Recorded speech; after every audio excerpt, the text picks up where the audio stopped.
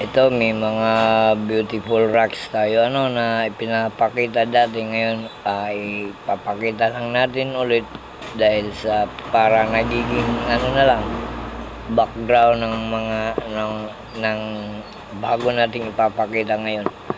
Kasi may mga bato rin ako na koleksyon. Ito, tumatagos ang ilaw nito.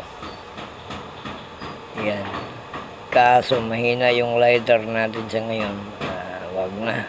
Basta sa mga nakakaalam ay kung may nakakakilala nito, matutukoy niya kung ano ito. Tumatagos po ang ilaw dito. At saka ang isang ito. Yan. Maliit lang po pero medyo na-intriga na rin tayo kasi tumatagos yung ilaw. Yan. Live na naman ang mga backup natin, stones, rocks. Yan. Na backup lang po yan para pangdagdag pang sa mata natin kasi nakahiligan na rin natin na yan. Ang mga ganito petrified po ito.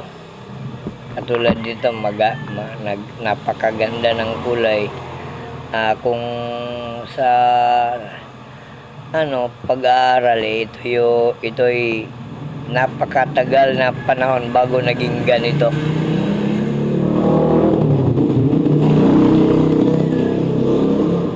Mataas na panahon ang nagiging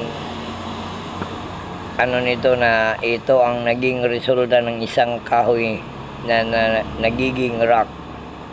Yan. Ganda po ng petrified wood lang po, ganito lang yun, nakahiligan na. Wala naman tayo sigurong mawawala. Ayan.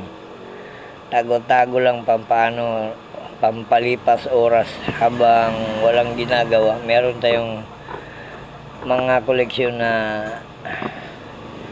exercise na rin natin yun habang naglalakad. Kesa wala tayong gagawin. Yan, petrified po ito.